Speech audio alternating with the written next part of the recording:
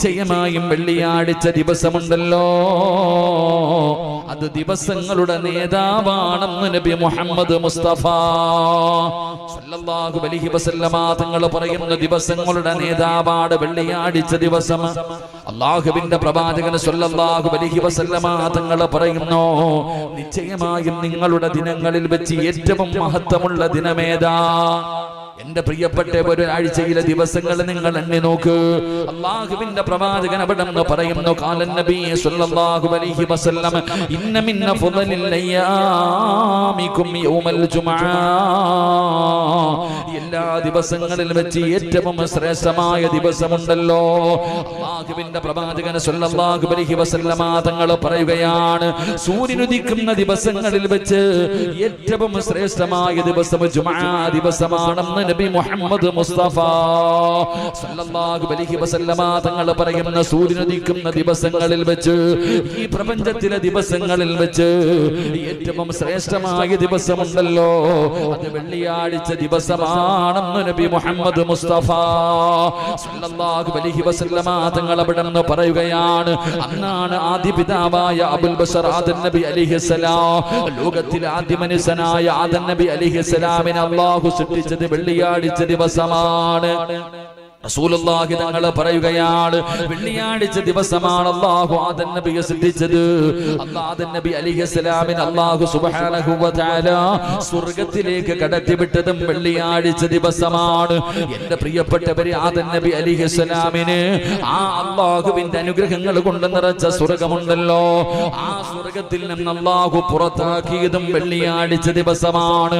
അതാ പ്രവാചകൻ പെട്ടെന്ന് പറയുന്ന നബി ഹുറൈറ റളിയല്ലാഹു തആല അൻഹു أن النبي صلى الله عليه وسلم قال خير يوم طلع عليه الشمس يوم الجمعة فيه خلق آدم وفيه ودخل الجنة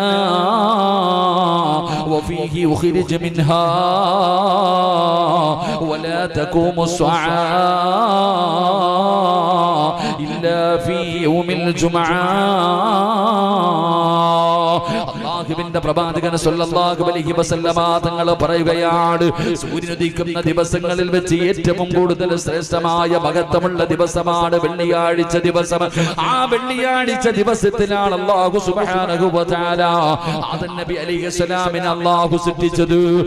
ആദം നബിയെ പടച്ച റബ്ബിന്റെ അനുഗ്രഹങ്ങൾ കൊണ്ട് നിറച്ച സ്വർഗ്ഗമുണ്ടല്ലോ, അതാ ലഹും ജന്നാത്തുൻ തജ്രീ മിൻ തഹ്തിഹൽ അൻഹാർ. അല്ലാഹുവേ, പാലരുവികളും തേനരുവികളും ഒഴുകുന്ന പടച്ചറപ്പിന്റെ സ്വർഗ്ഗമുണ്ടല്ലോ, ആ സ്വർഗ്ഗത്തിലേക്ക് ആദം നബി അലൈഹിസ്സലാമിനെ അല്ലാഹു കടത്തിവിട്ടത് വെള്ളിയാഴ്ച ദിവസമാ. ആ സ്വർഗ്ഗത്തിന്റെ അകത്ത് നിന്ന് ആദം നബിയെയും തന്റെ പ്രിയപ്പെട്ട ഭാര്യയായ ഹവ്വ റളിയല്ലാഹു തആല അൻഹാ, ഇവരെ രണ്ടുപേരെയും അല്ലാഹു സ്വർഗ്ഗത്തിൽ നിന്ന് പുറത്താക്കിയല്ലോ. അതും ഒരു വെള്ളിയാഴ്ച ദിവസമാണ് അല്ലാഹു സ്വർഗ്ഗത്തിൽ നിന്ന് പുറത്താക്കിയത്. അല്ലാഹുവിന്റെ പ്രവാചകൻ സല്ലല്ലാഹു അലൈഹി വസല്ലമ തങ്ങൾ പറയുകയാണ്, ഈ പ്രപഞ്ചം മുഴുവനും തകർന്ന തരിപ്പണമാകുന്ന ഒരു ദിവസമുണ്ടല്ലോ, ലോകം അവസാനിക്കുന്നതും ഒരു വെള്ളിയാഴ്ച ദിവസമാണെന്ന് നബി മുഹമ്മദ് മുസ്തഫ സല്ലല്ലാഹു അലൈഹി വസല്ലമ തങ്ങൾ അവിടെ നിന്ന് പറഞ്ഞു തരുമ്പോ, എന്റെ പ്രിയപ്പെട്ടവരെ, ശദ്ദാദ് ഇബ്നു ഔസ് റളിയല്ലാഹു തആല അൻഹു ഖാല റസൂലുള്ളാഹി സ്വല്ലല്ലാഹു അലൈഹി വസല്ലം ഇന്ന മിൻ അഫ്ളലി അയ്യാമികും യൗമുൽ ജുമുഅ. അല്ലാഹുവിന്റെ പ്രവാചകൻ അവിടെ നിന്ന് മറ്റൊരു ഹദീസിലൂടെ പറഞ്ഞു തരികയാ, ഏറ്റവും ശ്രേഷ്ഠമായ ദിവസം വെള്ളിയാഴ്ച ദിവസമാണ്. എന്നിട്ട് പ്രവാചകൻ പറയുന്ന വഫീ തഖൂമുസ് സഅ, പടച്ചവനെ, അന്ത്യനാൾ സംഭവിക്കുന്നതും വെള്ളിയാഴ്ച ദിവസമാണ്. ഒരു വെള്ളിയാഴ്ച ദിവസമാണ് ഈ പ്രപഞ്ചം മുഴുവനും തകർന്ന് തരിപ്പണമാകുന്നത്. അതുകൊണ്ട് എന്റെ പ്രിയപ്പെട്ട സഹോദരങ്ങളോട് അല്ലാഹുവിന്റെ പ്രവാചകൻ പെട്ടെന്ന് പറയുകയാ, അബ്ദുല്ലാഹി ഇബ്നു അംർ റളിയല്ലാഹു തആല അൻഹു ഖാല റസൂലുള്ളാഹി സ്വല്ലല്ലാഹു അലൈഹി വസല്ലം മാ മിൻ മുസ്ലിമിൻ യമൂതു യൗമൽ ജുമുഅ. അല്ലാഹുവിന്റെ പ്രവാചകൻ സ്വല്ലല്ലാഹു അലൈഹി വസല്ലമ തങ്ങൾ പെട്ടെന്ന് പറയുകയാ, ഏതെങ്കിലും ഒരു മനുഷ്യന് വെള്ളിയാഴ്ച വെള്ളിയാഴ്ച രാവിലോ പകലിലോ അതാ വ്യാഴാഴ്ച മഗ്രിബിന്റെ ബാങ്ക് വിളിച്ചത് മുതൽ എന്റെ പ്രിയപ്പെട്ടവരെ വെള്ളിയാഴ്ച മഗ്രിബിന് ബാങ്ക് വിളിക്കുന്നതിന് മുമ്പ് വരെ ഏതെങ്കിലും ഒരു മനുഷ്യന് വെള്ളിയാഴ്ച രാവിലോ പകലിലോ ഏതെങ്കിലും ഒരു മനുഷ്യൻ മരണപ്പെട്ടാൽ അവന് ഷഹീദിന്റെ കൂലിയുണ്ടെന്ന് ആദരവായ പ്രവാചകൻ നബി മുഹമ്മദ് മുസ്തഫ ആദരവായ പ്രവാചകൻ നബി മുഹമ്മദ് മുസ്തഫ സല്ലല്ലാഹു അലൈഹി വസല്ലം പ്രവാചകൻ പറയുന്നു, ആരെങ്കിലും വെള്ളിയാഴ്ച രാവിലോ പകലിലോ ഏതെങ്കിലും ഒരു മനുഷ്യൻ മരണപ്പെട്ടു കഴിഞ്ഞാൽ അല്ലാഹുവിന്റെ റസൂൽ സല്ലല്ലാഹു അലൈഹി വസല്ലം തങ്ങൾ പറഞ്ഞു, അവൻ ഖബറിന്റെ ശിക്ഷയിൽ നിന്ന് രക്ഷപ്പെട്ടവനാണെന്ന് നബിയുനാ റസൂലുള്ളാഹി സ്വല്ലല്ലാഹു അലൈഹി വസല്ലം. അല്ലാഹു സുബ്ഹാനഹു വ തആല വെള്ളിയാഴ്ച ദിവസം മരണപ്പെടുന്ന മുത്തഖീങ്ങളിൽ അല്ലാഹു നമ്മളെ ഓരോരുത്തരെയും ഉൾപ്പെടുത്തി അനുഗ്രഹിക്കുമാറാകട്ടെ. അല്ലാഹു ഷഹീദിന്റെ കൂലി കിട്ടുന്ന മരണം അല്ലാഹു നമുക്ക് എല്ലാവർക്കും നൽകി അനുഗ്രഹിക്കുമാറാകട്ടെ. അതുകൊണ്ട് എൻ്റെ പ്രിയപ്പെട്ട സഹോദരങ്ങളെ, എന്താണ് വെള്ളിയാഴ്ച? വെള്ളിയാഴ്ച ദിവസത്തിന്റെ പ്രത്യേകത എന്താ? ഒരു മുസ്ലിം വെള്ളിയാഴ്ച ദിവസം ചെയ്യേണ്ട നന്മകൾ എന്താ? 10 നന്മകൾ നമുക്ക് പഠിക്കാം. അല്ലാഹു ഭാഗ്യം നൽകുമാറാകട്ടെ. ഇത് നാളെ ചെയ്യാനുള്ളത്, അതുകൂടെ ഓർത്തുകൊള്ളണം. അതുകൊണ്ടാണ് ഞാൻ ഈ വിഷയം തന്നെ പറയാൻ കാരണം, നാളത്തെ ദിവസം വെള്ളിയാഴ്ച ദിവസമാണ്. നാളത്തെ ദിവസം ചെയ്യാനുള്ള 10 നന്മകളാ പഠിക്കുന്നത്. അല്ലാഹു ഭാഗ്യം തരുമാറാകട്ടെ. അല്ലാഹു ഭാഗ്യം തരുമാറാകട്ടെ. പഠിച്ചൂടെ? അതിനും കാശൊന്നും വേണ്ടപ്പോ ഒരു നല്ല ഇൻഷാ അല്ലാഹ് പറ. പൈസ ചെലവില്ലാത്തൊരു കാര്യമല്ലേ? പൈസയോ സദക്കയോ ഒന്നും കൊടുക്കണ്ട. അൽഹംദുലില്ലാഹ്, വെള്ളിയാഴ്ച ദിവസം നല്ല ഒരു കാര്യം, ഈ പറയുന്ന 10 നന്മകൾ നാളെ നമ്മൾ ചെയ്യണം. ചെയ്താ നമുക്ക് അല്ലാഹു നല്ല പ്രതിഫലം തരും. അല്ലാഹു ഭാഗ്യം തരുമാറാകട്ടെ. ഈ 10 നന്മകൾ ജീവിതത്തിൽ ചെയ്യുന്നവൻ അല്ലാഹു തരുന്ന പ്രതിഫലം എന്താന്ന് അവസാനം പറയുന്നത്. എന്താണ് ഈ പറയുന്ന കാര്യങ്ങൾ? വെള്ളിയാഴ്ച ആദരിച്ചാൽ, വെള്ളിയാഴ്ച ദിവസത്തിന്റെ മഹത്വം മനസ്സിലാക്കിയാൽ ഒരു മനുഷ്യൻ അല്ലാഹു കൊടുക്കുന്ന പ്രതിഫലം പഠിക്കാം. അല്ലാഹു ഭാഗ്യം നൽകുമാറാകട്ടെ. എന്റെ പ്രിയമുള്ള സഹോദരങ്ങളെ, മഹാനായ നബി മുഹമ്മദ് മുസ്തഫ സല്ലല്ലാഹു അലൈഹി വസല്ലമ തങ്ങൾ അവിടെ നിന്ന് പറഞ്ഞു തരികയാണ്, ഒന്നാമതായി ചെയ്യേണ്ട കാര്യമെന്താ? അല്ലാഹുവിന്റെ പ്രവാചകൻ സല്ലല്ലാഹു അലൈഹി വസല്ലമ തങ്ങൾ അവിടെ നിന്ന് പറയുന്നു, വെള്ളിയാഴ്ച ദിവസത്തിന് നീ പ്രത്യേകത കൊടുക്കണമെന്ന് നബി മുഹമ്മദ് മുസ്തഫ സല്ലല്ലാഹു അലൈഹി വസല്ലമ തങ്ങൾ പറഞ്ഞു. വെള്ളിയാഴ്ച ദിവസത്തിന് ഒരു പ്രത്യേക പരിഗണന നീ കൊടുക്കണം. അത് സാധാരണ ദിവസം പോലെയല്ല. വെള്ളിയാഴ്ച ദിവസത്തിന് ഒരു പ്രത്യേകതയുണ്ട്. എന്റെ പ്രിയപ്പെട്ടവരെ, വെള്ളിയാഴ്ചയാണ് നാളെ എന്ന് പറയുന്നൊരു ബോധം, വെള്ളിയാഴ്ച ദിവസത്തിനോട് വല്ലാത്ത ഒരു സ്നേഹമുണ്ടാകണം, വല്ലാത്ത ഒരു മഹബ്ബത്ത് ഉണ്ടാകണം. അല്ലാഹു നമുക്ക് ഭാഗ്യം നൽകുമാറാകട്ടെ.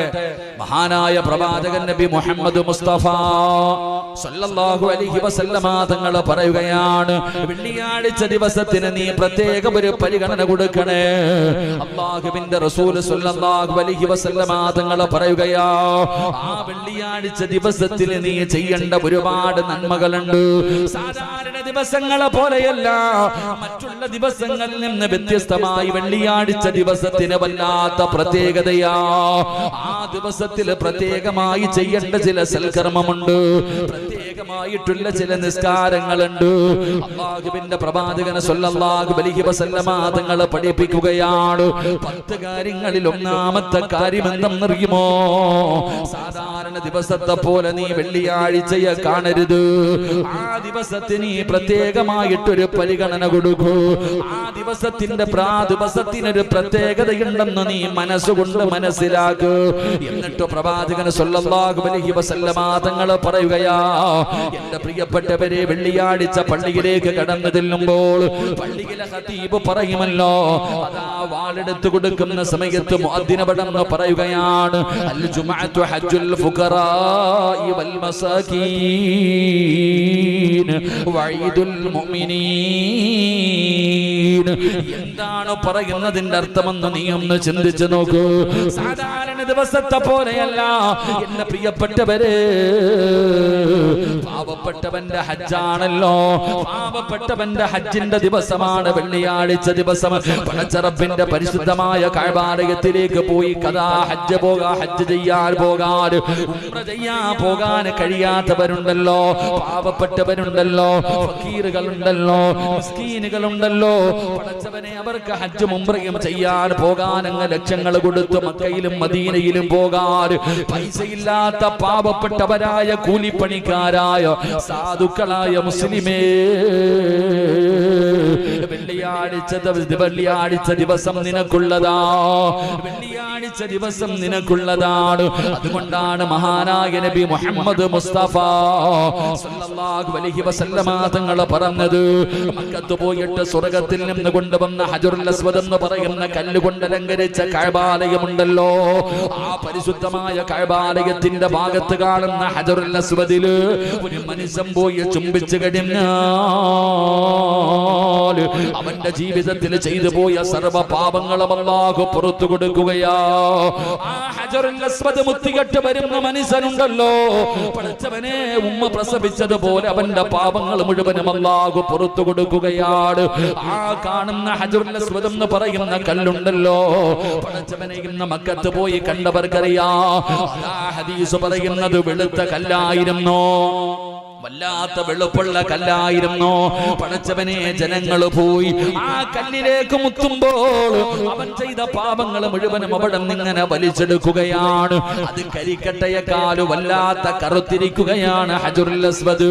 പടച്ചവനെ അത് ചുംബിക്കുന്ന മനുഷ്യന്റെ പാപങ്ങൾ വലിച്ചെടുത്തത് കറുത്തുപോയി എന്ന് മഹാന്മാര് പറയുമ്പോ ആ ഹജറുൽ അസ്വദ് മുത്തികെട്ട് വരുന്നവന്റെ പാപം പൊറുക്കുകയോ. അല്ലാഹുവിന്റെ പരിശുദ്ധമായ കഅബാലയത്തിന്റെ കില്ല പിടിച്ച് ദുആ ചെയ്തിട്ട് പാപം പൊറുപ്പിക്കുമല്ലോ. എന്റെ പ്രിയപ്പെട്ടവരെ, അവിടെ പോയി ചെയ്യാൻ കഴിയാത്ത മനുഷ്യ എന്തിനാ പ്രയാസപ്പെടുന്നത്? ഹജ്ജിന് പോകുന്നവരെ കാണുമ്പോ, ഉംറയ്ക്ക് പോകുന്നവരെ കാണുമ്പോ, പടച്ചവനെ എനിക്ക് പോകാൻ കഴിയില്ലല്ലോ, എന്റെ കയ്യിൽ പൈസ ഇല്ലല്ലോ എന്ന് പ്രയാസപ്പെടുന്ന ഉപ്പ,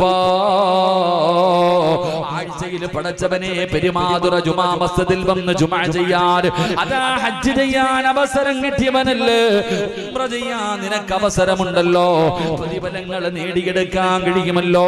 ഈ പെരുമാതുറ പള്ളിയിൽ നാളെ ജുമഅന്റെ സമയത്ത് പള്ളിയിൽ നിന്ന് ബാങ്ക് വിളിച്ചു, നിങ്ങളെല്ലാവരും ഈ പള്ളിയിലേക്ക് കടന്നു വരുമല്ലോ. അവസാനം ജുമാ നമസ്കാരം കഴിഞ്ഞ് ഇവിടുന്ന് ഇറങ്ങി പോകുമ്പോ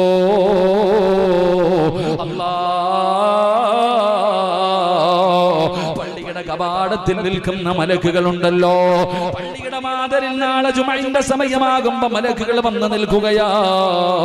അതാ പടച്ചവനെ 1:30 നമസ്കാരം കഴിഞ്ഞ് ഇറങ്ങി പോകുമ്പോ പള്ളിയുടെ കവാടത്തിൽ നിൽക്കുന്ന മലക്ക് പറയുകയാ, അൽഹംദുലില്ലാഹ്,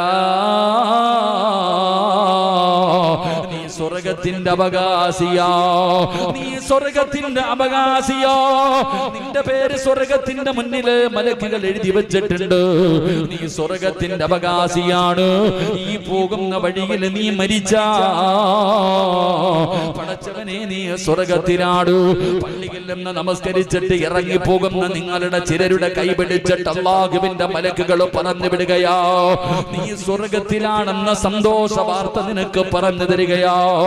പക്ഷേ മറ്റു ചിലര് പള്ളിയിൽ നിന്നിറങ്ങി പോകുമ്പോ മലക്ക് പറയുന്നു, എടാ നശിച്ചവനെ, എടാ നഷ്ടവാളി, സർവ്വതും നീ തകർത്ത് കളഞ്ഞല്ലോടാ, അല്ലാഹുവിന്റെ സ്വർഗ്ഗം നീ വലിച്ചെറിഞ്ഞല്ലോ, ആ സ്വർഗ്ഗത്തിലേക്ക് കടന്നു പോകാൻ അവസരം കിട്ടിയിട്ട് പാഴാക്കിയല്ലോ. നരകത്തിന്റെ മുന്നിൽ നിന്റെ പേരെഴുതി വെച്ചിട്ടുണ്ട്, നരകത്തിന്റെ മുന്നിൽ നിന്റെ പേരെഴുതി വെച്ചിട്ടുണ്ട്. അല്ലാഹുവേ, നീ എങ്ങാണ് തൗബ ചെയ്യാതെ മരണപ്പെട്ടു പോയാൽ, നീ എങ്ങാണ് തൗബ ചെയ്യാതെ മരണപ്പെട്ടു പോയാ നീ നരകത്തിന്റെ അവകാശിയാണ്. നാളെ ഈ പള്ളിയിൽ നിന്ന് ജുമാ കഴിഞ്ഞ് ഇറങ്ങി പോകുന്നവരോട് മലക്കുകൾ പറയുമെന്ന് നബി മുഹമ്മദ് മുസ്തഫ. നബി മുഹമ്മദ് മുസ്തഫ സല്ലല്ലാഹു അലൈഹി വസല്ലം നാളെ ജുമാ കഴിഞ്ഞ് ഇറങ്ങി പോകുമ്പോ മലക്കുകൾ പറഞ്ഞു കൊടുക്കും. ഖതീബ് ഉസ്താദിനോട് പറയും, നിങ്ങൾ കമ്മിറ്റിക്കാരോട് പറയും, നിങ്ങൾ ഓരോരുത്തരോടും പറയും, നീ സ്വർഗത്തിന്റെ അവകാശിയ, സന്തോഷ വാർത്ത അറിയിക്കും. കെട്ടിപ്പിടിച്ച് മുസാഫഹത്ത് ചെയ്ത് നീ സ്വർഗത്തിന്റെ അവകാശി, പൊക്കോട ചങ്ങാതി ധൈര്യമായിട്ട് എന്ന് പറഞ്ഞങ്ങ് വിടും. മറ്റു ചിലരോടും പറയും, അല്ലാഹു അഅലം, ഇതിനകത്ത് വന്നിട്ട് പോലും നീ നേരെയായില്ലല്ലോടാ, നീ നരകത്തിന്റെ അവകാശിയ, നിന്റെ പേര് നരകത്തിന്റെ മുന്നിൽ അള്ളാഹുവിന്റെ മലക്കുകൾ എഴുതി വെച്ചിട്ടുണ്ട്. അള്ളാഹു കാക്കുമാറാകട്ടെ, അള്ളാഹു കാക്കുമാറാകട്ടെ, ഉറക്കപ്പറ അള്ളാഹു കാക്കുമാറാകട്ടെ.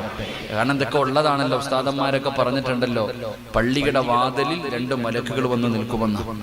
വെള്ളിയാഴ്ച ദിവസം മലക്കുകൾ വന്ന്, ഞങ്ങളൊക്കെ ഈ ഹദീസ് പഠിക്കുമ്പോൾ അത്ഭുതപ്പെട്ടു പോയിട്ടുണ്ട്. പടച്ചവനെ, വെള്ളിയാഴ്ച പള്ളിയിൽ 2 മലക്കുകൾ വന്ന് നിൽക്കും. മനസ്സിലായില്ല. നമ്മളാരെങ്കിലും മലക്കുകളെ കാണാറുണ്ടോ? നമ്മളാരെങ്കിലും കണ്ടിട്ടുണ്ടോ? കൊറോണ വന്നപ്പോ 2 മലക്കുകളെ കണ്ടില്ലേ? പള്ളിയിലെ സെക്രട്ടറിയും പ്രസിഡന്റിനെയും. ഒരാള് സാനിറ്റൈസും, ഒരാള് പേപ്പറും. എന്താ പേരെന്താ? സിറാജ്. ഫോൺ നമ്പർ എന്താ? എഴുതിയെടുക്കേണ്ട ഒരു കാലം അല്ലേ? പള്ളി പരിപാലനം എന്താണെന്ന് അന്നാ പഠിച്ചത്. അല്ലാഹു ഈമാൻ നൽകുമാറാകട്ടെ. ഇവിടുത്തെ പ്രസിഡന്റ് ആരാ? നിങ്ങൾ പറഞ്ഞൊന്നുമല്ല കേട്ടോ. അൽഹംദുലില്ലാഹ്, അല്ലാഹു ആഫിയത്തുള്ള സെക്രട്ടറി ഉണ്ടല്ലോ. സെക്രട്ടറി പിന്നെ കാലൊന്നും വയ്യാൻ നടക്കാൻ. ഇൻഷാ അല്ലാഹ് അല്ലാഹു ആഫിയത്തും ദീർഘായുസ്സും കൊടുക്കുമാറാകട്ടെ. അല്ലേ, ഇപ്പൊ പള്ളിയുടെ അധികാരം സെക്രട്ടറി പ്രസിഡന്റ് എന്നൊക്കെ പറഞ്ഞ ഇന്ത്യൻ പ്രധാനമന്ത്രിയുടെ പവറാ. ഖത്തീബിനെ ഇഞ്ഞ് വിളിക്കും. ഇപ്പൊ നേരെ ഇങ്ങ് വിളിയടാ, ഖത്തീബിനെ ഇങ്ങ് വിളിക്കാൻ. ആരാ? കമ്മിറ്റിക്കാര് വെറുതെല്ലാട്ടാ. ഖത്തീബിനെ വിളിക്കും. വിളിച്ചിട്ട്, ഉസ്താദെ അസറിനെ കണ്ടില്ലല്ലോ, എങ്ങോട്ട് പോയി? ഇതാ ചോദ്യങ്ങളൊക്കെ നാലിച്ചു നോക്കണം. ഇവിടെ അങ്ങനെ ഇലക്ഷൻ ഉണ്ടോ? അള്ളാഹു കാക്ക്, രക്ഷപ്പെട്ടു കേട്ടോ. അൽഹംദുലില്ലാഹ്, നിങ്ങൾ രക്ഷപ്പെട്ടു. നമ്മുടെ ചില സ്ഥലങ്ങളിലൊക്കെ ഇലക്ഷനാ, പള്ളികളിൽ പഞ്ചായത്ത് ഇലക്ഷൻ നടക്കുന്ന പോലെയാ. പള്ളിയുടെ പരിപാലനത്തിന് വേണ്ടി നാലിച്ചു. അള്ളാഹു, നിങ്ങൾ ചിന്തിക്കണം, ലക്ഷങ്ങൾ ചെലവഴിച്ചിട്ട് ഇലക്ഷൻ നടത്തുക. എന്തിന്? പള്ളിയുടെ പ്രസിഡന്റ് ആകാൻ. ശമ്പളം വല്ലതും ഉണ്ടോ പ്രസിഡന്റിന്? പറഞ്ഞങ്ങാതിമാരുണ്ടോ? നിങ്ങൾ എന്തെങ്കിലും ഇരിക്കണുണ്ടോ? ഇല്ല. അന്ന് എന്തിനാ ഇങ്ങനെ മത്സരിക്കണേ? പഞ്ചായത്ത് ഇലക്ഷന്റെ ലാസ്റ്റ് ദിവസം വീടിന്റെ അടുക്കള വാതിലിൽ കൂടെ കയറിയിട്ട് ഇങ്ങനെ പൈസ കൊടുത്തിട്ട് വോട്ട് പിടിക്കണ പോലെ പിടിക്കണ പള്ളികളില്ലേ? നാലിച്ചു നോക്കിയ ഉമ്മത്ത് എവിടെ എത്തിയെന്ന്. ബൈത്തുൽ മാലിന്റെ പണം എടുത്തിട്ട് ഇലക്ഷൻ നടക്കുക. എടാ, പള്ളിയുടെ സെക്രട്ടറി ആകുന്നവൻ മത്സരത്തിന് നിൽക്കുന്ന ഒരുത്തൻ 25,000 രൂപ പള്ളിക്ക് കെട്ടിവെക്കണമെന്ന് പറഞ്ഞാൽ ആരാപ്പം മത്സരിക്കാണ്ടാകുക? അള്ളാഹു നമ്മുടെ ഉമ്മത്തിന് അള്ളാഹു ഈമാൻ നൽകുമാറാകട്ടെ. ഈ അടുത്തൊരു പള്ളിയുടെ ഇലക്ഷനുമായി ബന്ധപ്പെട്ട് അടി നടന്നു. ഓടിച്ചിട്ട് തല്ല്, കൂട്ടത്തല്ല്. എവിടെ? പള്ളിക്കകത്ത്. അള്ളാഹുവിന്റെ ഭവനം. ഞാൻ ഓർമ്മപ്പെടുത്തുന്ന, അധികാരം ആരും ചോദിച്ചു വാങ്ങരുത്. പണ്ടുള്ള ആൾക്കാരുടെ പോയിട്ട് പറയും, ഉപ്പ നിങ്ങൾ പള്ളിയുടെ പ്രസിഡന്റ് ആകണം. എനിക്ക് വയ്യ, അള്ളാനെ ഓർത്തിട്ട് വേറെ ആരും ഇല്ലേ? അങ്ങനെ ഒരു കാലുണ്ടായിരുന്നു. പള്ളിയുടെ സെക്രട്ടറി ആകാനോ പ്രസിഡന്റ് ആകാനോ നാട്ടുകാർ മുഴുവനും പോയി പറഞ്ഞാൽ പോലും അവർ പറയും എനിക്ക് വേണ്ടാണ്. കാരണം അത്രയ്ക്കും പേടിയ, തീക്കട്ടയുടെ മുകളിൽ ഇരിക്കുന്നത് പോലെ. പണ്ടുള്ളവര് ജുമാ നിസ്കരിച്ചിട്ട് പള്ളിയിൽ നിന്ന് ഇറങ്ങി പോകുമ്പോ ചിലര് ചെരുപ്പിടാറില്ല, കയ്യിൽ പിടിച്ചോണ്ട് പോകും. മറ്റു ചിലരിങ്ങനെ പോകുമ്പോ ചെരുപ്പ് ഇങ്ങനെ കാലി ഇട്ടുകൊണ്ട് പോയിട്ട് ആ ഗേറ്റിന്റെ അവിടെ ചെന്നിട്ട് കാലി കിടക്കണ ചെരുപ്പ് ഇങ്ങനെ ഭിത്തിയിലിട്ട് തട്ടുന്നത് കാണാം. ഇതിനെന്നറിയോ?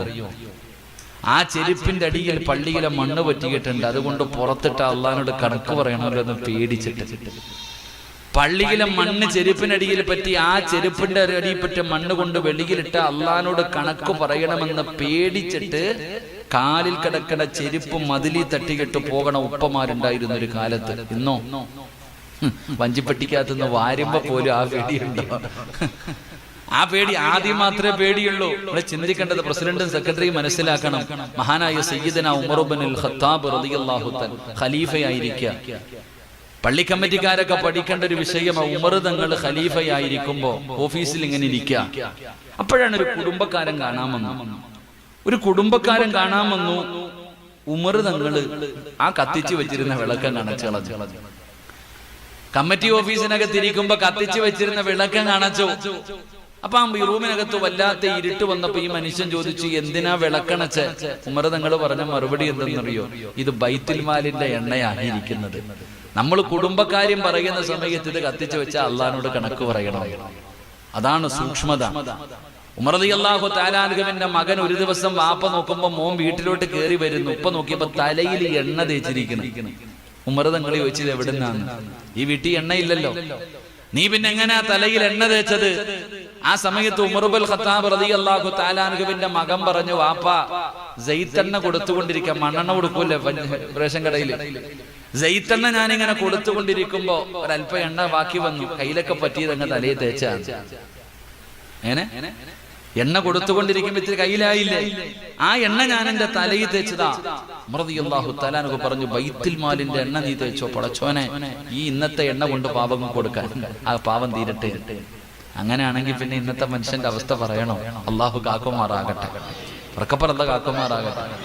ഈ പള്ളിയുടെ ബാത്റൂമിന്റെ മുന്നിലിട്ടിരിക്കണ ചെരുപ്പിന്റെ മൂക്ക് വെട്ടിയിട്ടിരിക്കണ എന്തിനാ? പള്ളിയുടെ ബാത്റൂമിന്റെ മുന്നിലിട്ടിരിക്കണ ചെരുപ്പിന്റെ മൂക്ക് വെട്ടിയിട്ടിരിക്കണ എന്തിനാ? അടിച്ചോണ്ട് പോകാതിരിക്കുക. എന്നാലോചിക്കുക നമ്മുടെ അവസ്ഥ. എടാ, പള്ളിയിലെ ചെരുപ്പ് കണ്ട അറിയാത്തല്ലോ, നിന്റെ അല്ലാതെ വേറൊരുത്തന്റെ ചെരുപ്പ് കണ്ട അറിയില്ലേ? പ്രത്യേകിച്ച് നിസ്കരിക്കാൻ വരുന്നവന്റെ ചെരുപ്പല്ല, അത് ചുമ്മാ കഴിഞ്ഞിട്ട് പരുവത്തിന് കിട്ടുന്നിട്ടുണ്ട്, അത് പോട്ടെ. വേറെ ബാത്റൂമിന്റെ മുന്നിൽ കിടക്കണ ചെരുപ്പ് എന്തിനാ അപ്പൊ ഈ ബാത്റൂമിലെ കപ്പ് കെട്ടിയിട്ടിരിക്കണേ? ചില സ്ഥലത്ത് തൊടല്ല ഇട്ടിരിക്കണേ, ഇത് താഴെ വീഴാതിരിക്കാൻ അല്ല. അലയ്ക്ക് ചിരിക്കണ്ട.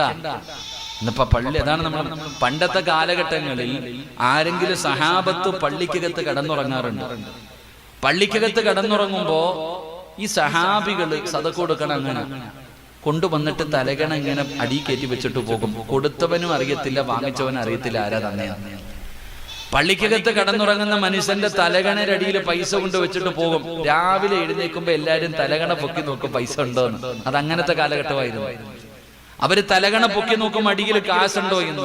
ഇന്നെങ്ങാണ് ഏതെങ്കിലും ഒരു മനുഷ്യൻ പള്ളിക്കകത്ത് കടന്നുറങ്ങിയാൽ അവ ഉറക്കത്തിൽ നിന്ന് എഴുന്നേൽക്കുമ്പോ പൊക്കി നോക്കും ഇവിടെ വെച്ചത് അവിടെ ഉണ്ടോ എന്ന്. അത് അടിച്ചോണ്ട് പോകുന്ന കാലമാണ്. അള്ളാഹു കാക്കുമാറാകട്ടെ. അൽഹംദുലില്ലാഹ്, അള്ളാഹു ഈ ജമാഅത്തിന്റെ പരിപാലന സമിതി, ഈ നാട്ടുകാരെ മുഴുവനും അള്ളാഹു അനുഗ്രഹിക്കുമാറാകട്ടെ. അള്ളാഹുവെ, ഇലക്ഷൻ നടത്തുന്ന ഒരവസ്ഥ വരെ നീ എത്തിക്കല്ലേ തമ്പുരാനെ. എന്റെ പ്രിയപ്പെട്ട സഹോദരങ്ങളെ, ഞാൻ പറഞ്ഞു വന്നത്, എന്താ പറഞ്ഞു വന്നെന്ന് പറഞ്ഞാൽ അധികാരം ചോദിച്ചു വാങ്ങല്ലെന്നാ പറഞ്ഞ. അങ്ങനത്തെ പരിപാടിയൊന്നും ചെയ്തേക്കരുത്. അള്ളാഹുവിന്റെ പരിശുദ്ധമായ ഖുർആൻ പറയുന്നുണ്ട്, ഖുലില്ലാഹുമ്മ മാലിക്കൽ മുൽക്കി തുഅ്തിൽ മുൽക മിമ്മൻ തശാ വതുഇസ്സു മൻ തശാ വതുദില്ലു മൻ തശാ. ഉസ്താദിന്റെ അർത്ഥം ചോദിച്ചാൽ മതി. അള്ളാഹു രണ്ട് കാര്യമാ പറഞ്ഞേ. അധികാരം എന്റെ അടുക്കല, ഞാനത് അള്ളാഹു പറയുന്നത് ഞാൻ ചിലർക്ക് കൊടുക്കും. ആരെങ്കിലും അധികാരമെന്ന് പറയുന്നത് തേടി പോകാനുള്ളതല്ല, തേടി വരാനുള്ളതാണ്. അധികാരമെന്ന് പറയുന്നത് നമ്മളെ തേടി വരണം, തേടി പോകരുത്. തേടി വന്നു കഴിഞ്ഞാൽ അള്ളാഹു നിനക്ക് ഇസ്സത്ത് നൽകും, തേടി പോയി കഴിഞ്ഞാൽ നാണം കെടും. അള്ളാഹു കാക്കുമാറാകട്ടെ. എന്റെ പ്രിയപ്പെട്ടവരെ, അപ്പോ അള്ളാഹുവിന്റെ പ്രവാചകൻ സ്വല്ലല്ലാഹു അലൈഹി വസല്ലമ തങ്ങൾ പറയുന്ന ജുമുഅ ദിവസത്തിന് സാധാരണ ദിവസം പോലെ നീ തള്ളിക്കളയരുത്. ആ ദിവസത്തിനൊരു പ്രത്യേകതയുണ്ട്. അത് നീ മനസ്സിൽ പറഞ്ഞു പഠിക്കണേ, അത് നീ മനസ്സിൽ പറഞ്ഞു പഠിക്കണേ. പണ്ടുള്ള പ്രായമുള്ള ഉപ്പമാരങ്ങനാണ്, പടച്ചവനെ നാളെ വെള്ളിയാഴ്ചയാണ്, നാളെ വെള്ളിയാഴ്ചയാണ്. അവരെപ്പോഴും ഇങ്ങനെ പറഞ്ഞുകൊണ്ടിരിക്കും. പടച്ചവനെ, ഭാര്യ ചോദിക്കുന്ന, മക്കളെ ചോദിക്കുന്നത് നാളെയല്ലേ, അത് നാളെയല്ലേ. എന്റെ പ്രിയപ്പെട്ടവരെ, എന്തുകൊണ്ടാണ് അവരങ്ങനെ പറഞ്ഞതെന്നറിയുമോ? വെള്ളിയാഴ്ച ദിവസത്തിനോട് അവർക്ക് വല്ലാത്ത ഒരു മഹബത്തായിരുന്നു, വല്ലാത്ത ഒരു സ്നേഹമായിരുന്നു.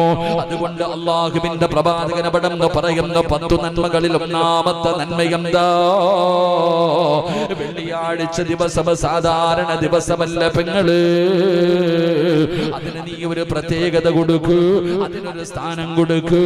ആ ദിവസങ്ങളിൽ വെച്ച് സൂര്യൻ ഉദിക്കുന്ന ദിനങ്ങളിൽ വെച്ച് ഏറ്റവും മനോഹരമായ ദിവസം അത് വെള്ളിയാഴ്ചയാണെന്ന് നബി മുഹമ്മദ് മുസ്തഫ സല്ലല്ലാഹു അലൈഹി വസല്ലമ തങ്ങൾ പറയുമ്പോ രണ്ടാമത്തെ കാര്യം എന്താണ്? നബി ഹുറൈറ റളിയല്ലാഹു തആല അൻഹു അന്ന റസൂലുള്ളാഹി സല്ലല്ലാഹു അലൈഹി വസല്ലം ദക്കറ യൗമൽ ജുമുഅ.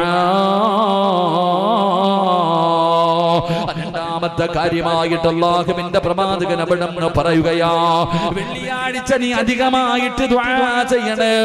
വെള്ളിയാഴ്ച സാധാരണ ദിവസം പോലെയല്ല, അന്നത്തെ ദിവസം നീ അമിതമായിട്ട് ദുആ ചെയ്യണം.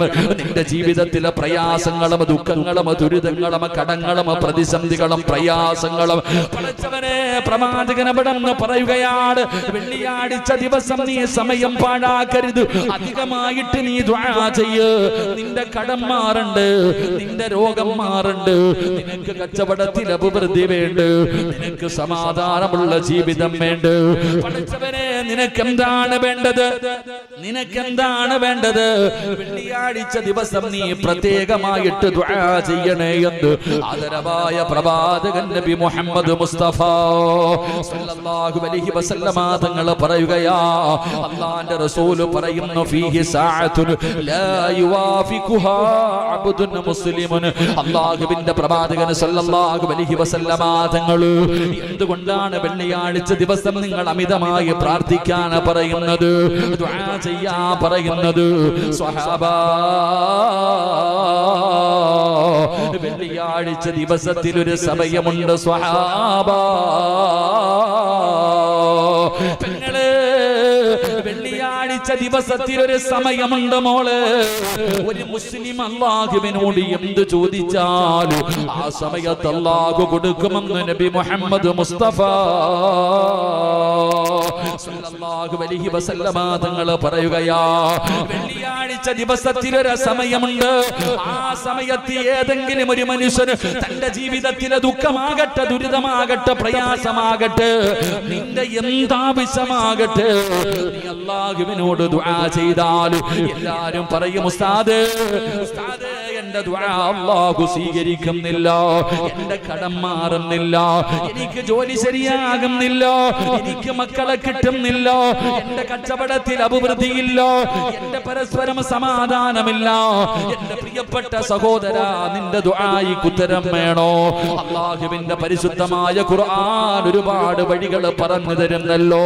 ചുമ്മാതെ വിളിച്ചു കൂവുന്നതിൽ കാര്യമില്ല, പൊട്ടിക്കരഞ്ഞ ദുആ ചെയ്യുന്നതിൽ കാര്യമില്ല, നിലവിളിക്കുന്നതിൽ കാര്യമില്ല, ഷോ കാണിക്കുന്നതിൽ കാര്യമില്ല. അല്ലാഹുവിന്റെ പ്രവാചകൻ നബി മുഹമ്മദ് മുസ്തഫ സല്ലല്ലാഹു അലൈഹി വസല്ലമ തങ്ങൾ പറയുകയാ, വെള്ളിയാഴ്ച ദിവസത്തിൽ ഒരു സമയമുണ്ട് വാപ്പാ.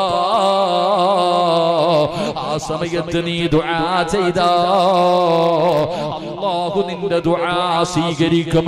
നീ ചോദിച്ചത് റബ്ബ് തരുമെന്ന് നബി മുഹമ്മദ് മുസ്തഫ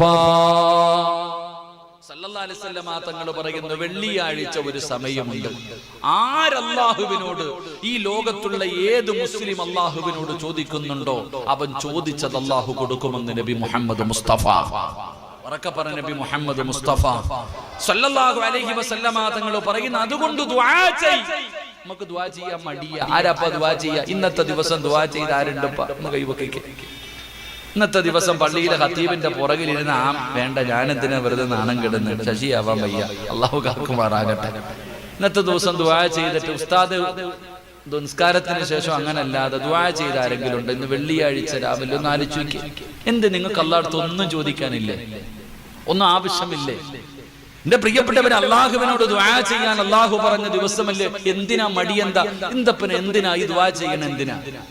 എന്തിനാ ദുആ ചെയ്യാൻ പറയണേ? എടാ പൊന്നാര ചങ്ങാതി, നീ ദുആ ചെയ്താൽ നിന്റെ ശബ്ദം മലക്കുകൾക്ക് പരിചയം ഉണ്ടാകും. അതാ മനസ്സിലാക്കണ്ടേ. നീ എപ്പോഴും ദുആ ചെയ്താൽ അല്ലാഹുവിന്റെ മലക്കുകൾക്ക് അറിയാം ഈ ദുആ ചെയ്യുന്ന വ്യക്തി ആരാ. ഈ പെരുമാതിറയില് നീ നിന്റെ വീടിനകത്തിരുന്ന് ദുആ ചെയ്ത നിന്റെ ശബ്ദം കേൾക്കുമ്പോ അള്ളാഹിനോട് മലക്കുകൾ പറയും, പടച്ചവനെ ആ പെരുമാതിറയിൽ ആമിന ദുആ ചെയ്യുന്ന അല്ലാഹ് സ്വീകരിക്ക് റബ്ബേ. അല്ലാഹ് അബൂബക്കർ ദുആ ചെയ്യുന്ന അല്ലാഹ് സ്വീകരിക്ക് റബ്ബേ. പാവം അല്ലാഹ്, നമ്മുടെ ശബ്ദം പോലും മലക്കിന് പരിചയം. ദുആ ചെയ്യുന്ന മനുഷ്യന്റെ ശബ്ദം അല്ലാഹുവിന്റെ മലക്കുകൾക്ക് പോലും പരിചയം. അവർ അല്ലാഹുവിനോട് നിന്റെ ദുആ സ്വീകരിക്കാൻ പറയും. അല്ലാഹു ഈമാൻ നൽകുമാറാകട്ടെ. പള്ളിയിലെ ഖതീബ് ദുആ ചെയ്യുമ്പോ നേരെ കൈപിടിക്കാത്തവനായി ഇനി ദുആ ചെയ്യാൻ പോണേ. അല്ലാഹുവെ, പള്ളിയിലൊക്കെ വെള്ളിയാഴ്ച ദിവസം ഉസ്താദ് ഖുതുബ ഓതി നിസ്കാരം എല്ലാം കഴിഞ്ഞിട്ട് അങ്ങോട്ട് ദുആ ചെയ്യുമ്പോ സലാത്ത് പറയണ അവിടെ ഗേറ്റിന്റെ പുറത്ത് നിന്നിട്ട് ഓടെ ഇറങ്ങി. പിന്നെ ചിലരിരിക്കും, അവരുടെ ദുആന്റെ കോലം എന്ന് പറഞ്ഞു കഴിഞ്ഞാൽ സദ്യ ഉണ്ണാനിരിക്കണ പോലെ ഇരിക്കണേ. അല്ലാഹു അലങ്ങട്ട് ഒരു ഇല അങ്ങോട്ടിട്ട് ചോറ് വിളമ്പി കൊടുത്താൽ തിന്നാൻ പറ്റുന്ന രീതിയിൽ കാലിങ്ങനെ വെച്ചിട്ട് ഇരിപ്പുണ്ട്. മറ്റു ചിലരാണെങ്കിൽ പടച്ചവന് ഉസ്താദിലെന്നെ തോന്നുന്നു, ഞാൻ ആർക്കാ അല്ലാഹ് ദുആ ചെയ്യണേ? കൈ പിടിച്ചിരിക്കണ കാണണം, ഇങ്ങനെ ഇട്ടിരിക്കുക, തളർത്തിയിട്ടിരിക്കുക. എത്ര പേരാണ് അതപോടുകൂടി മര്യാദയോടുകൂടി അള്ളാഹുടെ മുന്നിൽ കൈ ഇങ്ങനെ ഉയർത്തിപ്പിടിച്ചിട്ട് ആമീൻ പറയുന്ന എത്ര പേരാ സഹോദരൻ? ഒക്കെ നിസ്സാരം. എന്നിട്ട് പറയണം നടക്കുന്നില്ല ഉസ്താദെ, നടക്കണം, നീ നടക്കണുണ്ടല്ലോ. എന്റെ ജീവിതത്തില് ഇവിടെ ചോദിക്കേണ്ടത് പോലെ അവിടെ ഒരു മര്യാദയില്ലേ? പഞ്ചായത്തിലും വില്ലേജിലും പോയിട്ട് അടിമ നിൽക്കണ പോലെ നിൽക്കും. സാർ സാർ സാർ സാർ, എത്ര സാറ് വിളിക്കുന്നു? എടാ, നിന്നെ പടച്ച അള്ളാഹുടെ മുന്നിൽ നീ അടിമയല്ലേ? എന്താ നീ താഴ്മ കാണിക്കാത്തെ? എടാ, ഈ കിടക്കണ നിന്നെ പോലെ കിടക്കണ ഈ മനുഷ്യന്മാരുടെ മുന്നിൽ പോയി സാറേ സാറേ എന്ന് വിളിച്ചങ്ങ് മുട്ടു വളച്ച് നട്ടല്ലും വളച്ചിട്ട് അങ്ങ് താഴെ വരെ എത്തിയില്ല. എന്തൊരു തവാലോന്നറിയോ? അള്ളാഹുടെ മുന്നിൽ ദുആ ചെയ്യുമ്പോ വിനയത്തോടുകൂടി ഒരു മര്യാദയോടുകൂടി എന്തുകൊണ്ട് ചോദിക്കുന്നില്ല? എടാ, നിലവിളിക്കണമെന്നൊന്നും പറയണില്ലല്ലോ. വഇദാ സഅലക ഇബാദി അന്നി ഫഇന്നി ഖരീബ് ഉജീബു ദഅവത ദാഇ ഇദാ ദഅനി ഫലസ്തജീബു ലി. ഖുർആൻ പറഞ്ഞതല്ലേ? അള്ളാഹുവിന്റെ വിശുദ്ധമായ ഖുർആൻ. പെങ്ങന്മാരുടെ പരാതി, ഉസ്താദേ ഞാൻ ഇത്ര ദുആ ചെയ്തിട്ട് എന്റെ കടം മാറണില്ല. ആമിനെ നീ ഏത് വെള്ളിയാഴ്ച ദുആ ചെയ്യണേ? എടാ, ദുആ ചെയ്താൽ സ്വീകരിക്കുന്ന ഒരു സമയമുണ്ട്. ആ സമയം എപ്പോഴാ? നീ അടുക്കളയിൽ നിന്ന് ചോറ് വെച്ചുകൊണ്ടിരിക്കുന്ന സമയത്ത്. ആ ദുആ ചെയ്താൽ സ്വീകരിക്കുന്ന സമയം. എന്റെ പ്രിയമുള്ള സഹോദരങ്ങളോട് സഹോദരിമാരോട്, പെങ്ങളെ, ജീവിതത്തിലെ പ്രയാസങ്ങൾ മാറണമെങ്കിൽ പണ്ടുള്ള ഉമ്മമാരെങ്ങനെയെന്നറിയുവോ? പടച്ചവനെ, 9 മണി കഴിഞ്ഞാൽ നേരത്തെ ഒരു 10 മണിയായാൽ അവരൊക്കെ കുളിച്ച് റെഡിയാകുമല്ലോ. എന്നിട്ട് റബ്ബേ, വെള്ളിയാഴ്ച ദിവസം തസ്ബീഹ് നിസ്കരിക്കുന്ന ഉമ്മമാരുണ്ടല്ലോ. പടച്ചവനെ, നേരത്തെ ആണുങ്ങൾ പള്ളിയിലേക്ക് പോയി കഴിഞ്ഞാൽ പടച്ചവനെ തസ്ബീഹ് നിസ്കരിക്കുന്ന പെണ്ണുങ്ങളുണ്ടല്ലോ, ദുഹാ നിസ്കരിക്കുന്ന പെണ്ണുങ്ങളുണ്ടല്ലോ. ദുഹാ നമസ്കരിച്ചാ കിട്ടുന്ന പ്രതിഫലം എന്താ? അല്ലാഹുവേ, ഉംറയ്ക്ക് പോകാൻ ആഗ്രഹിക്കുന്നവരുണ്ടല്ലോ. വർഷങ്ങളായി പോകാൻ പറ്റുന്നില്ലല്ലോ. നാളെ നിനക്ക് ഉംറ ചെയ്ത പ്രതിഫലം വേണോ? നാളെ നിനക്ക് ഉംറ ചെയ്ത പ്രതിഫലം വേണോ? അല്ലാഹുവിന്റെ പ്രവാചകൻ നബി മുഹമ്മദ് മുസ്തഫ സ്വല്ലല്ലാഹു അലൈഹി വസല്ലമ തങ്ങൾ പറയുകയാ, 6 കാര്യങ്ങൾ ചെയ്താൽ ഉംറ ചെയ്ത പ്രതിഫലമുണ്ട്. 6 നന്മകൾ ചെയ്താൽ ഉംറ ചെയ്ത പ്രതിഫലമുണ്ട്. അതിലെ ഒന്നാമത്തെ കാര്യം എന്തെന്നറിയുമോ? ദുഹാ നിസ്കരിക്കും. നിസ്കരിക്ക് പെങ്ങള്, നിനക്ക് ഉംറയുടെ പ്രതിഫലമുണ്ടെന്ന് നബി മുഹമ്മദ് മുസ്തഫ സ്വല്ലല്ലാഹു അലൈഹി വസല്ലമ തങ്ങൾ പറഞ്ഞു തരികയാ. വെള്ളിയാഴ്ച ഉംറ ചെയ്യാൻ, എല്ലാ ദിവസത്തിലും ഉംറയുടെ പ്രതിഫലം നേടാൻ, ഉംറ ചെയ്ത പ്രതിഫലം കിട്ടാനുള്ള വഴി മുത്തി നബി പറഞ്ഞു തന്നിട്ടുണ്ടല്ലോ. എന്തുകൊണ്ട് ചെയ്യുന്നില്ല? എന്തുകൊണ്ടാ പ്രതിഫലം നേടുന്നില്ല? അല്ലാഹുവേ, ജീവിതത്തിലെ പ്രയാസങ്ങളെ കുറിച്ച് പറയുന്നവര്, ഉസ്താദേ പ്രയാസമാണ്, സമാധാനമില്ല, എന്റെ ദുആ അല്ലാഹു സ്വീകരിക്കുന്നില്ലോ. പെങ്ങളെ, നിനക്ക് 4 റക്അത്ത് തസ്ബീഹ് നിസ്കരിക്കാൻ കഴിയുമോ? അതാ പടച്ചവനെ, 1 റക്അത്തിൽ 75 പ്രാവശ്യം, 2 റക്അത്തിൽ 150 പ്രാവശ്യം, 4 റക്അത്തിൽ 300 പ്രാവശ്യം. അല്ലാഹുവേ, സുബ്ഹാനല്ലാഹി വൽഹംദുലില്ലാഹി വലാ ഇലാഹ ഇല്ലല്ലാഹു വല്ലാഹു അക്ബർ എന്ന് പറയുന്നത് 27-ാം രാവിന്റെ രാത്രിയിൽ മാത്രം നിസ്കരിക്കാറുള്ള നിസ്കാരമല്ല. എല്ലാ ദിവസവും നിസ്കരിക്കാൻ പറ്റുന്നവരങ്ങനെ, ആഴ്ചയിൽ ഒരു നിസ്കരിക്കാൻ പറ്റുന്നവരങ്ങനെ, മാസത്തിൽ നിസ്കരിക്കാൻ പറ്റുന്നവരങ്ങനെ, വർഷത്തിൽ നിസ്കരിക്കാൻ പറ്റുന്നവരങ്ങനെ, അല്ലെങ്കിൽ മരിക്കുന്നതിന് മുമ്പ് ജീവിതത്തിൽ ഒരിക്കലെങ്കിലും നിസ്കരിക്കണമെന്നാണ് ഈ 300 ദിക്റുകൾ പറഞ്ഞിട്ട് അല്ലാഹുവിന്റെ മുന്നിൽ നിസ്കാരപ്പായിലിരുന്നു കൊണ്ട് പടച്ചറപ്പിന്റെ ദർബാറിലേക്ക് 2 കരങ്ങൾ ഉയർത്തിയിട്ട് നിന്റെ ജീവിതത്തിലെ പ്രയാസങ്ങൾ പറയാൻ പറ്റുമോ? നിന്റെ ആവശ്യങ്ങൾ അല്ലാഹുവിനോട് പറയാൻ പറ്റുമോ? എങ്ങനെയാ പെങ്ങളെ പടച്ചവനെ തട്ടിക്കളയുന്നത്? എങ്ങനെയാ റബ്ബിന്റെ മുന്നിൽ 300 ദിക്റുകൾ പറഞ്ഞിട്ട് അല്ലാഹുവിന്റെ മുന്നിൽ 4 റക്അത്ത് നിസ്കരിച്ചിട്ട് നിസ്കാരപ്പായിലിരുന്നു കൊണ്ട് വെള്ളിയാഴ്ച ദിവസം കരഞ്ഞുകൊണ്ട് അല്ലാഹുവോട് പറയുകയാ, കടമാണ് റബ്ബേ, കച്ചവടം നഷ്ടത്തിലാണ് റബ്ബേ, മരുന്നുകൾ മരുന്നുകളില്ലാതെ രോഗം മാറ്റാ കഴിവുള്ള അല്ലാ, എന്റെ പ്രയാസം മാറ്റണേ, എന്റെ രോഗം മാറ്റണേ, എനിക്ക് വീട് തരണേ, എനിക്ക് മക്കളെ തരണേ, എനിക്ക് കച്ചവടം തരണേ, എനിക്കൊരു വഴി തുറന്നു തരണേ. അല്ലാഹുവിനോട് ദുആ ചെയ്താ അല്ലാഹു സ്വീകരിക്കുമെന്ന് നബി മുഹമ്മദ് മുസ്തഫ സല്ലല്ലാഹു അലൈഹി വസല്ലമ തങ്ങൾ പറയുകയാണ്. ഹജറുൽ അസ്വദ് മുത്തിയിട്ട് പാപം പൊറുപ്പിക്കുന്ന ദിവസമല്ലേ പെങ്ങളെ, ഉമ്മ പ്രസവിച്ചതുപോലെ ശുദ്ധീകരിക്കുന്ന ദിവസമല്ലേ. നിനക്ക് നിന്റെ വീടിന്റെ അകത്ത് 11:30 അല്ലെങ്കിൽ ജുമുഅയ്ക്ക് മുമ്പ് ഒരു 2 റക്അത്ത് നിസ്കരിച്ചിട്ട് ജീവിതത്തിൽ ചെയ്തു പോയ പാപങ്ങൾ പടച്ച റബ്ബിന്റെ മുന്നിൽ ഏറ്റു പറഞ്ഞാൽ അല്ലാഹു പൊറുക്കുന്ന സമയമല്ലേ ഉമ്മ. അതുകൊണ്ട് പ്രവാചകൻ വേണമെന്ന് പറയുകയാ, നിങ്ങൾ ദുആ അധികരിപ്പിക്കണേ, നിങ്ങൾ ദുആ ചെയ്യണേ. കാരണം എന്തെന്നറിയുമോ, വെള്ളിയാഴ്ച ഒരു സമയമുണ്ട്, ആ സമയത്തിൽ എന്തൊരടിമ ചോദിച്ചാൽ അല്ലാഹു കൊടുക്കുമെന്ന് നബി മുഹമ്മദ് മുസ്തഫ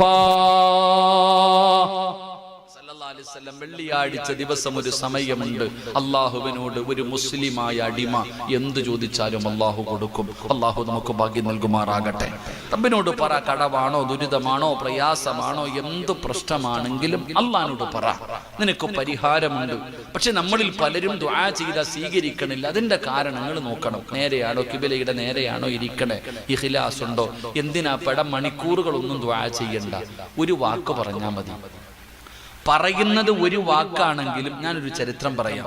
മഹാനായ കലീമുല്ലാഹി മൂസാ നബി അലൈഹിസ്സലാം, കൊച്ചാപ്പാടെ പേരല്ല ഞാൻ പറഞ്ഞത്, കൊച്ചാപ്പാടെ പേരല്ല പറഞ്ഞത്, ഒരു നബിയുടെ പേരാ. മഹാനായ കലീമുല്ലാഹി മൂസാ നബി അലൈഹിസ്സലാം. മൂസാ നബി അലൈഹിസ്സലാമിന്റെ മുന്നിൽ തന്റെ അനുയായികൾ കടന്നു വന്നു. ജനങ്ങൾ വന്നിട്ട് പറഞ്ഞു, തങ്ങളെ മഴയില്ല, വെള്ളമില്ല, വളരെ പ്രയാസത്തിലാണ്. വെള്ളമില്ലാത്തത് കാരണം മനുഷ്യനും നാൽക്കാലികൾ പോലും പ്രയാസപ്പെടുക, വെള്ളം കിട്ടണില്ല, ഒന്ന് ദുആ ചെയ്യും, മഴ പെയ്യാൻ എന്തെങ്കിലും ഒരു വഴി. മഹാനായ മൂസാ നബി അലൈഹിസ്സലാം പറഞ്ഞു, ഒരു ദിവസം എല്ലാവരോടും കൂടാൻ പറഞ്ഞൊരു സ്ഥലത്ത് എല്ലാവരെയും വിളിച്ചുകൂട്ടി ഒരു ദിവസം പറഞ്ഞു, എല്ലാവരും ഒരു ഗ്രൗണ്ടിൽ ഒരുമിച്ച് കൂടാൻ. അങ്ങനെ ജനങ്ങൾ മുഴുവനും ഒരുമിച്ച് കൂടി. ചരിത്രം പറയുന്നു 70,000-ൽ പരം ആൾക്കാരുണ്ടായിരുന്നു. അങ്ങനെ എല്ലാവരും ഒരു ഗ്രൗണ്ടിൽ ഒരുമിച്ച് കൂടി. ആണുങ്ങള്, പടച്ചവനെ, പ്രായമുള്ളവരെല്ലാവരും ഉണ്ട്. മൂസാ നബി അലൈഹിസ്സലാം അല്ലാഹുവിനോട് ദുആ ചെയ്തു, അല്ലാഹുവേ വളരെ പ്രയാസത്തിലാ അല്ലാ, മഴ തരണേ അല്ലാ.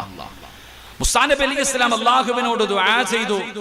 ദുആ ചെയ്ത് കഴിഞ്ഞപ്പോൾ ഒരടയാളവും കാണുന്നില്ല, മഴയുടെയോ മഴ പെയ്യാൻ പോകുന്നതിന്റെ ഒരു അസറും കാണുന്നില്ല. മൂസാ നബി പിന്നെയും ദുആ ചെയ്തു. അതാ വരുന്നു മുഖറബുൽ അംലാഖു മലക്ക് ജിബ്രീൽ. ജിബ്രീൽ അലൈഹിസ്സലാം ഇറങ്ങി വന്നിട്ട് പറഞ്ഞു, നബിയെ മഴ പെയ്യൂല, നിങ്ങൾ എത്ര ദുആ ചെയ്താലും മഴ പെയ്യൂല.